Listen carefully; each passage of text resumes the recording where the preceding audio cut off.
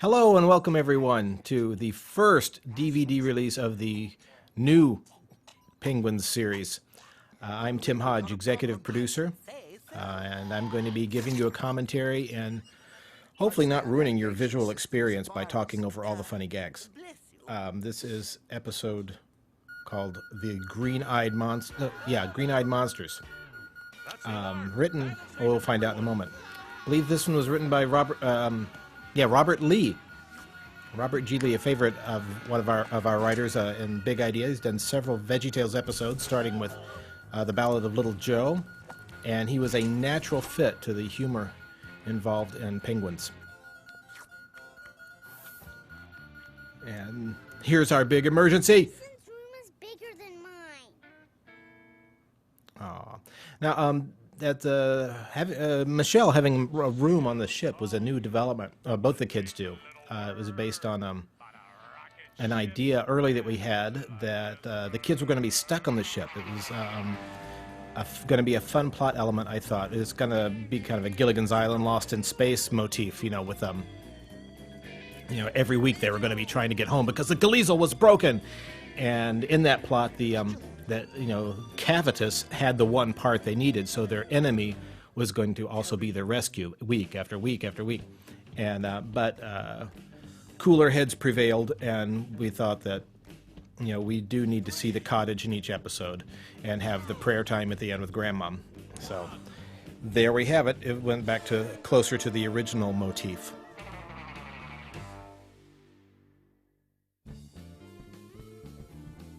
And yes, Todd Carter, another Big Idea regular storyboard artist, and he started directing for us in Penguins.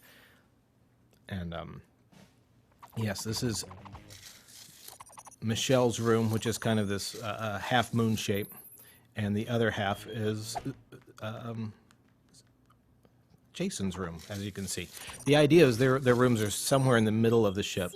If you really do a strong calculation of space in the ship, you'll find out the ship is much bigger on the inside than it is on the outside. And we kind of pushed the realms of reality just so we could have more sets and more places to go, because realizing that if all the action takes place on the bridge, we're going to get bored pretty quick. Oh, and there's our friendly navigational system. You remember him. We've seen him lots of times. No, we haven't. That was written in the script just for this episode, and originally I thought, just reading in the script, that was just going to be some dial or display that we have already, and nothing really worked. And of course, we wanted it to sneeze and talk, so we had one of our artists, freelance artists, Cedric Honstead, designed him as a character, and this is the only episode you will ever see him in. Navi, the navigator, that is. I believe you have to fold it here.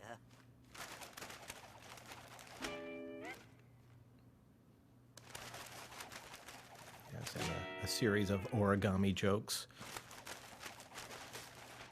Which is, it's weird when you're having modelers halfway across the world create these origami shapes when they have no idea necessarily what the script is, because each artistic department doesn't necessarily know what haven't seen the storyboards. So we've drawn these pictures of these origami swans, and here, it's supposed to look like a map, the star map folded into origami, and they've got no clue. So we went through a few rounds of making it look like a origami so that the joke would read. Now Saul, the keeper of the Comet Lounge, is a new character for the series. And he did come out of the idea that I was talking about before, where we weren't going to be going back to the cottage. So we needed a voice of wisdom, to someone to dispense the proverb of the week, since Grandmom wasn't going to be there. And so we came up with this soda fountain manager, Saul, like Solomon. I never understand anything you say. I know. I know. I love that joke. Now this little scene right here, where Michelle turns her head to deliver her line, that was something that was added late, actually, because we realized as we were going through the storyboards that the peanut butter gag, which ends up being important to the plot, it wasn't really clear that they were loading up with peanut butter. We saw the bags of peanut butter going by, but it's like, that's not really clear. Nobody's going to get that they're loading up on peanut butter. So we had the actress who does Michelle record that line a little bit late. We had already actually done the animation, and since we didn't have any lip sync to go with, we made sure she was just turning her head, so we didn't have to actually do lip sync, and we could drop in any line we wanted. She could have said, "My Mitchell, you look nice today." Now this is a kind of a dangerous gag to do, in that we're showing someone flip peanut butter on a TV screen, and we're hoping that nobody gets an idea to actually do that. So kids, if you're listening to this commentary and you just haven't gotten bored with it so far, please never, ever, ever flip peanut butter on your TV screen. It's funny on, for penguins, but no. Your parents will be horribly upset with you, and you'll be mowing the lawn a long time to pay for a new television, especially if you've got one of those LCD or plasma screens. Planet Picket. Yeah, we went back and forth about how to put that picket fence around it. We thought, should it be a giant fence that sticks around the edge, or should it float around like Saturn's rings? Ultimately, the Saturn ring type prevailed. And the classic Penguin's Landing. We didn't do it every episode like we did in the original 6 that were direct to DVD, just because we were strapped for screen time. Those episodes ran almost a full half hour. These we got trimmed or running about 22 minutes because we have to put in commercial time for television, of course. So we have to streamline our storytelling style. So repeating gags like showing landing gear eat up valuable screen time for story.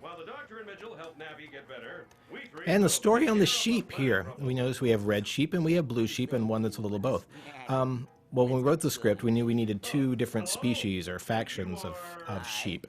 And, on Earth we have white sheep and black sheep. But, that's too usual. This is on an interstellar location. It's a planet, so we have to have weird stuff. And notice their tails have little weird antenna things on them, too. But we thought, how can we come up with 2 new colors, which, there are millions to choose from, obviously. But we thought red and blue would be fun, because at the time we were still going to, the red states and the blue states were still making headlines in the news. So, a you joke. Bob Lee loves puns, so a writer. So if you find an episode that is rife with puns, you can bet Bob Lee did it. He's great with them.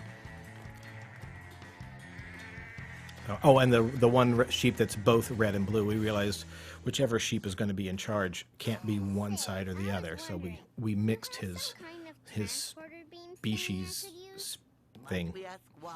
Okay, here's my plan. We transport everything from Jason's. This acting on Michelle right here is really, really great. I love the way she. Nameplates too. They'll never know the difference. She goes through her hand gestures and does her little body back and forth. It would be fair for me. And that smile for me. Oh, she's great. I really appreciated that. And working with animators who are on the other side of the world, literally, and we're on an 11-hour time difference, the communication becomes rather tricky. So when I can get somebody who can pull off great acting like that without a lot of coaching, I really, really appreciate it. Especially, I never meet these guys face to face. And none of the directors do. I didn't direct this episode. Todd couldn't be here today. But as executive producer, I'm involved in just about every step on this. So if something goes wrong, it's my fault.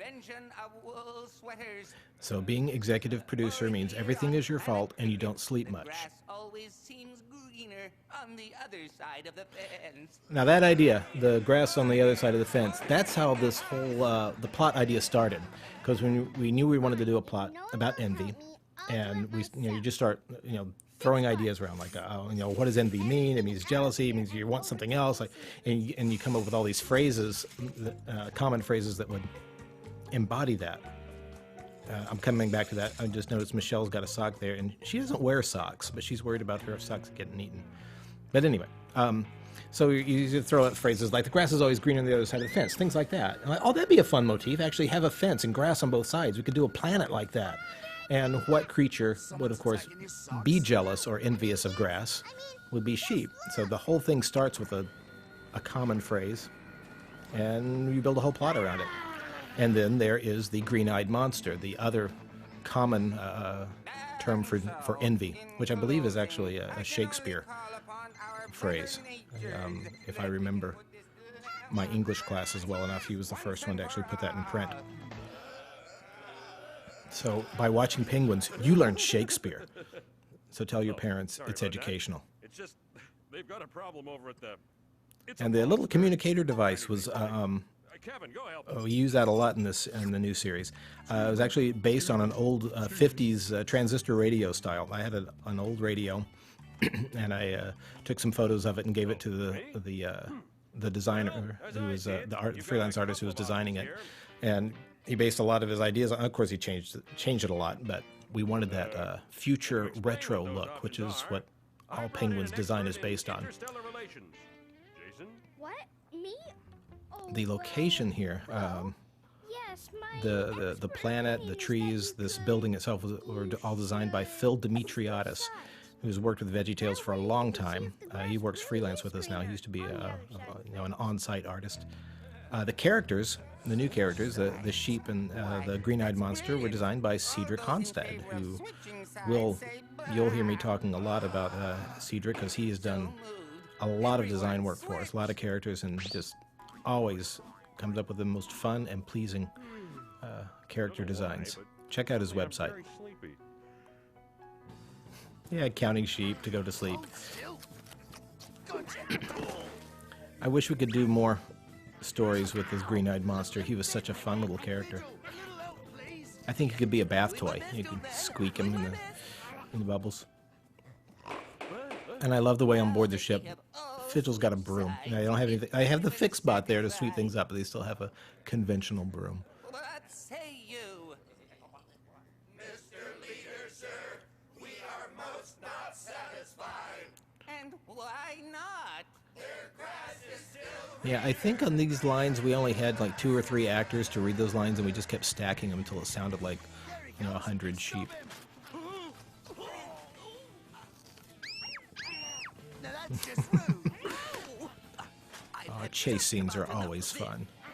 And that's something we didn't do a lot in the original 6 direct-to-DVD episodes. You notice we've got 2 locations split with the action. We have some people stay on board the ship, and some people go to the planet. And we try to repeat that because it really is a beneficial storytelling motif, where you can it speeds up the pace of the film, and plus you can have little small cliffhangers where you leave one location in the middle of a problem, so you want to get back to it, then you cut back to the other guys. And if you ever do any screenwriting classes, you'll find it's a very common and beneficial technique.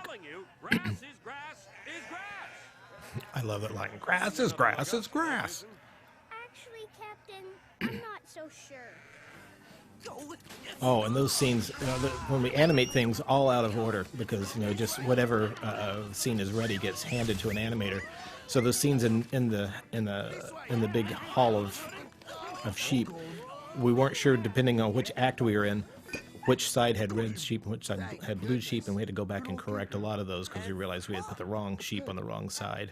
Hopefully we got them all right. If you notice any mistakes, keep it to yourself. Just make sure it doesn't get out. Let the captain know that it's all under control here. You see, the peanut butter came into play. No worries, Jason. Oh yeah, that thumbs up. I don't know if you noticed that in his communicator, the little thumbs up sign was a. Actually, I think I did that. One of the few little emergency pieces of art I come up with at the end, because we have a staff of very talented artists who do all this, but occasionally an emergency pops up and nobody's around but me, so I have to help out. But I think I actually pulled that from an old VeggieTales episode we did. I think it was a stamp for the countertop sequence on God Made You Special that we didn't use, but I still had it on my computer. So, like, here's a piece of art real quick. I just woke up. I need to brush my teeth, comb my hair. Great character bits with Zigil.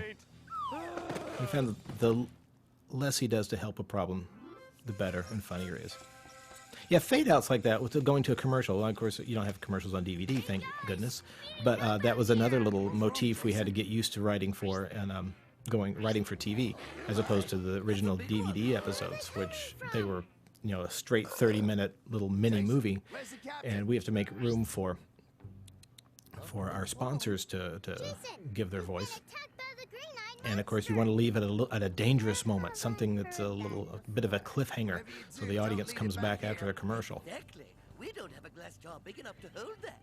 I love the way, I love the burp, but I love the video screen they watch too. It seems like no matter what you want to see in space, there's a camera somewhere to look at it. Hey guys, watch out! That thing is hungry. Again, some of the animation I just got a real big kick out of. You know, working with people half a world away. The timing on this scene right here with them sneaking up behind the monster. And everybody sneezes when they don't need to. And then that, it was just incredible timing. Just that they almost get eaten and then the jar comes down and traps him. Fly around the galaxy saving people if we're stuck sitting on this. Don't worry, Captain, he's trapped. Zidgel's got great reactions That's here. right. You're trapped by my crew under my command. Excellent leadership skills. Let's go, men. Sorry, Captain. We can't. That's insubordination. That's mutiny. Captain, Yeah. if we get up, he gets out. Good point. What happened here? Well, let's see. We showed up, tried to help you with your tiff. You voted, switched sides, started arguing. Monster showed up. I brought in my crew. Great We little saved the day. pose acting from I think you Zidgel here. forgot the part where you I love faked it. Midgel's Just pose going there with too. the important details. Thank you very much. Just so nonchalant. Destroyed our beautiful The trees in the background, again, grass. those were designed by Phil There's a Dimitriadis. hint of it Very left. kind of Dr. Seuss inspired. And a Where's the great monster? reaction coming up from What do you Zidgel mean, here. I love where's this. the monster? He's right here. Go back and freeze frame and just advance frame by frame through that action when he turns and does that take. It's hilarious. Huh? So much for that plan.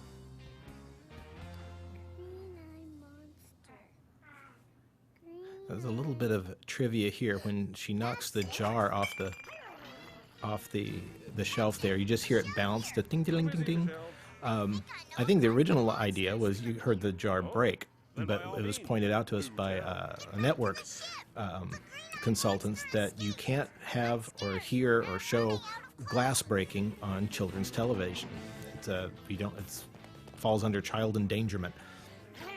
So we had to make sure we never had broken glass anywhere. It makes sense. I remembered something Saul told me. Oh, the Fix Bot. There's supposed to be a recurring character. I think we only used him in 2 or 3 episodes in this season. But we came up with him thinking, oh, this will be a great new mechanical device to solve problems, so we need something on board the ship to get fixed real quick. I don't care if it is smaller. But it's a fun design. I believe Cedric designed him as well. With looked like a little trash can until he's activated and his arms pop out. I was wrong. I don't want Jason's room. I appreciate what I've got. I don't even care if my room's smaller. Thank our lucky stars. Wait a minute. Yeah, we decided the designing Michelle's room was tricky because the first idea was it was going to be all pink and pretty, and I was no, it's temporary. It's basically it was an old storeroom that she converted What happens when we appreciate with what leftover we have? furniture and things. So we put the little wallpaper motif on the side, like she painted all the rivets to be like Tell the sheep stars, exactly what the stars, flowers. Attention, sheep. We wanted to give it a little kind of a makeshift feel, What you have last minute wanted girl something decoration of a special. room. Feeds the monster. You have to be content. I repeat, you have to be content. She's right. The grass on our side is as green as theirs. It's not so bad. And everybody gets along. Yay! Contentment rules. And somehow, the penguins get their ship cleaned up on the outside because we have the grass stain all over the belly of it. Way to go, sis. Thanks. Ow. I'm sorry, I everyone. love that little gag too. It's so minor, but it's the subtle things that get me every time. I had my doubts there for a while. All's well that ends well. That's a Shakespeare quote. See, we did it twice. Satisfied is good. It's a veritable Envy just Shakespeare eats festival in everything this that you episode. have and rots you from the inside out. Choose a hole in your soul, you might say. Yeah, that's it. It felt like something was chewing a hole in my soul. Mitchell, our job is done here. Feeling So, better, Navi? Be fun to leave this scene on a moment with a lesson, Take us home, please. but it's always funnier to leave the scene on a gag. like that one. I love the screen wipes there too, where we have the spinning figures of the characters that come up and wipe the. A new development for this series. Oh, this scene, this grandmom. This was really, really fun. Of course, we always try to hide grandmom's face, and it seems like this. We'll set it up with the lampshade in the front. This whole sequence, we always cut just before we see her face, or do a great job of hiding it. I think I don't remember who the storyboarded this, but did a great job of just made it a game to see how well we could hide her face. I like this shot right here, where even with the camera move, if we had kept the camera in one place, she probably would have walked out behind that lamp, but we rotated the camera around to keep the lamp in place. And then a cake, which somehow doesn't need a pan to bake in, becomes another device to hide grandmom's face. And right before she moves it, we cut. I think this is one of the best episode sequences for that in this whole 20-episode series that we've done. That we always hide her face, but that one was the most playful. It made it a really great game of almost showing, but not quite. It's not like liver, is it? No, it's a tropical fruit, dear. Hey, his piece is bigger than... Bigger than what, Michelle? Nothing, Grandma. Bigger than what, as I'm we happy with the piece of get a cake nice I view have. of her backside. Good night, An dear. unintended joke. Remember to brush your teeth. And see, right? She almost steps in the frame here, and then we cut. Thanks for getting Jason Brilliant, and me brilliant through camera these work. last couple of Whoever days. did that. Sorry I was so envious. Me I too. wish I could take credit Next for it, time, but I we'll can't. Remember to be happy with what we have and not be resentful And of what we try to don't end have. every Yeah, episode with we're gonna really saying prayers. Not remember all of them to in this way, but we I don't have want at any least this monster feeling eating winding up. sauce. If we ended every Please, episode, it'd get let rather Mom, monotonous. Dad, and Zigil, and Majel, and Vigil, And we have a Dad. continuity error here, Amen. right? Somehow the little blankets appeared. Just an oversight, and by the time we noticed it, it was unfortunately too late to fix it. So you'll probably see another little mistake here and there in these episodes. And if you do, again, keep it to yourself. We don't want to hear about it. We probably know about more mistakes than you do.